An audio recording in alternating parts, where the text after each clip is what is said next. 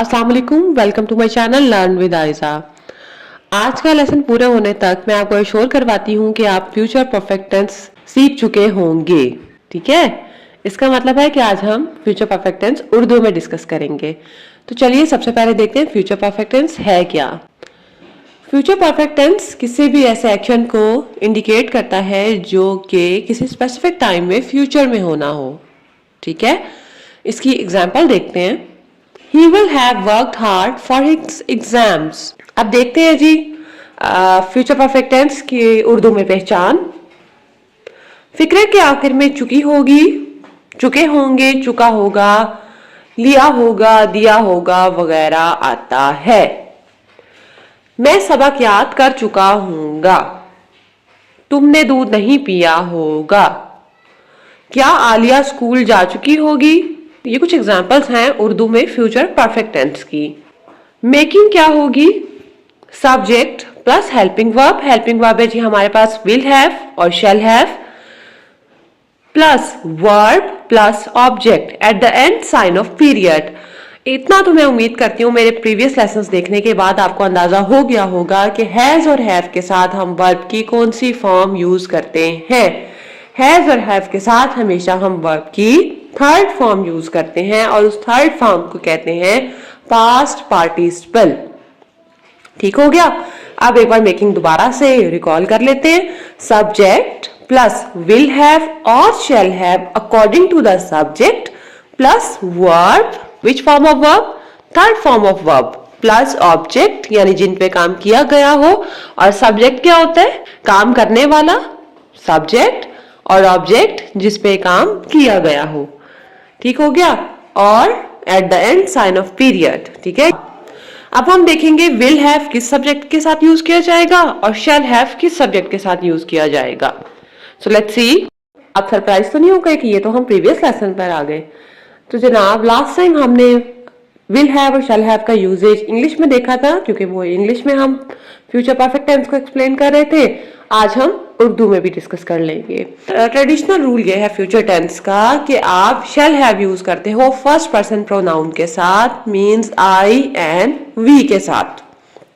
ठीक है, और विल हैव आप बाकी तमाम पर्सन प्रोनाउंस के साथ यूज करते हो और नाउन्स के साथ भी। ठीक है, तमाम पर्सन प्रोनाउन में क्या आता है, he, she, it, they, you add करती चलूंगी। नाउन के साथ भी आप विल ही इस्तेमाल करेंगे। सिर्फ first person pronoun means I and we के साथ आप इस्तेमाल करेंगे शैल। इसकी इजी से एग्जांपल या आप ये याद रख लीजिए, ये टिप मैं आपको दे रही हूं कि आई मतलब मैं, ठीक है, और वी मतलब हम। वी में भी मैं शामिल हूं ना, हम सब हैं यानी उसमें मैं भी इंक्लूड हूं। तो जब जहां मैं शामिल होंगी वहां मैं हमेशा शैल का इस्तेमाल करूंगी। ठीक हो गया। और बाकी तमाम जितने भी लोग हैं, मैं उनकी बात कर रही हूं, मैं तुम्हारी बात कर रही हूं, मैं उसकी बात कर रही हूं, मैं इसकी बात कर रही हूं। ये तुम्हारी उन जो मैं उर्दू में बोली हूं ये था दे की, यू की, ही की, शी की, इट की।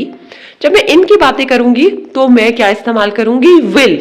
लेकिन जब मैं अपनी यानी मेरी या मैं हमारी जिसमें मैं भी शामिल हूं उनकी बात करूंगी तो क्या कहेंगे, हम इस्तेमाल करेंगे शैल का। ठीक हो गया। आई होप आपको ये क्लियर हो गया होगा। ठीक है, चलिए हम अपने प्रीवियस लेसन की तरफ, और वहां पे चल के हम क्या सीखेंगे, सेंटेंस मेकिंग तो हमने देख ली है। अब हम देखेंगे अफर्मेटिव सेंटेंस, नेगेटिव सेंटेंस और एग्जैक्टली इंट्रोगेटिव सेंटेंस। तो चलिए चलते हैं। ये हम आ गए हमारे अफर्मेटिव सेंटेंसेस यानी मस्बत फिक्रात पर। मस्बत फिक्रात की उर्दू में क्या मिसालें हैं फ्यूचर परफेक्ट टेंस की, देखते हैं। वो कपड़े धो चुकी होगी, तुम बहुत तेज दौड़ चुके होगे, हमने खाना खा लिया होगा। मेकिंग क्या होगी, सब्जेक्ट प्लस विल हैव और shall have according to the subject plus verb plus object at the end sign of period. Will have shall have के साथ सबसे इंपॉर्टेंट बात कि वर्ब कौन सा यूज होगा, थर्ड फॉर्म ऑफ वर्ब। और विल हैव और शैल हैव किस सब्जेक्ट के साथ कौन सा यूज होगा ये मैं अभी आपको बता चुकी हूँ कोई 1-2 मिनट पहले। अब मैं दोबारा बता देती हूँ बिल्कुल छोटा सा करके कि शैल हैव मेरे और हमारे साथ यानी आई एंड वी के साथ, और बाकी सब के साथ विल हैव का इस्तेमाल होगा। ठीक हो गया। और नाउन्स के साथ भी आप विल हैव का यूज करेंगे। अब देखते हैं मिसालें। तुम दोपहर का खाना खा चुके होगे। यू आ रहा है, यानी इसमें मैं नहीं शामिल हूं। यू मतलब आप, तुम। तो you will have eaten lunch. वो टेलीविजन पर एक मूवी देख चुका होगा। He, I am not included in it. He will have watched a movie on television.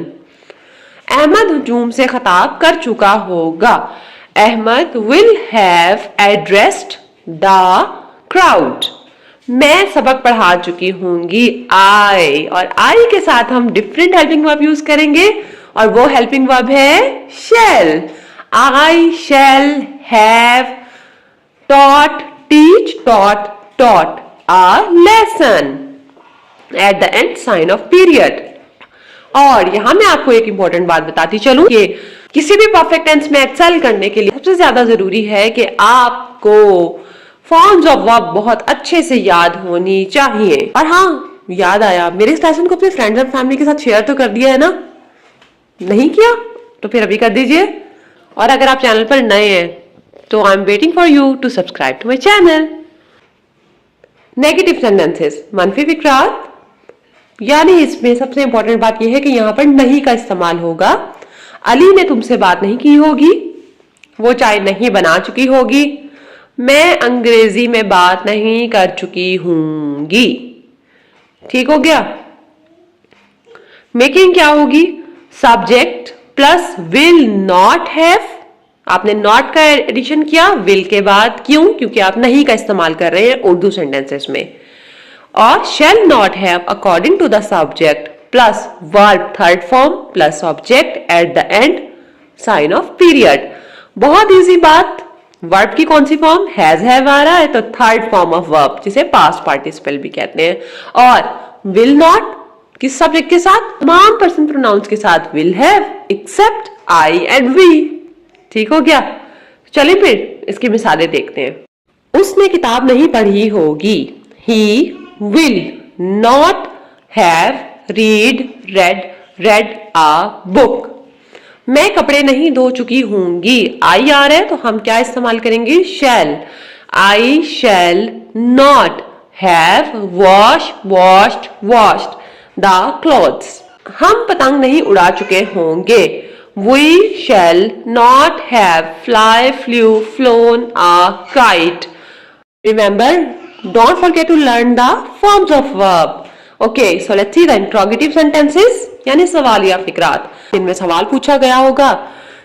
मिसालें, क्या बच्चे सो चुके होंगे? क्या तुम काम पर जा चुके होगे? क्या तुम्हें मेरी बात समझ आ चुकी होगी?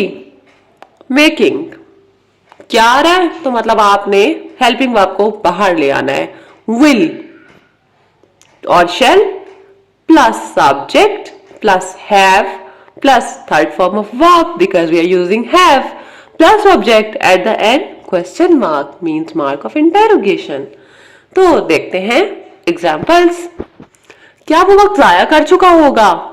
वो है तो मैं will का यूज करूंगी। will he have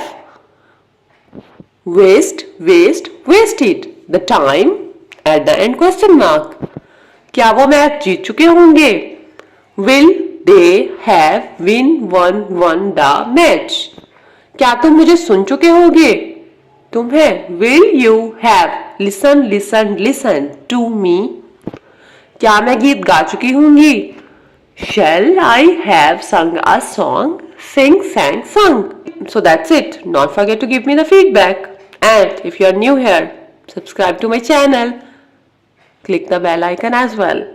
और उम्मीद करती हूँ कि अगर आप अभी तक मेरे लेसन में मेरे साथ हैं तो यकीनन आपने वीडियो को लाइक तो कर ही दिया होगा।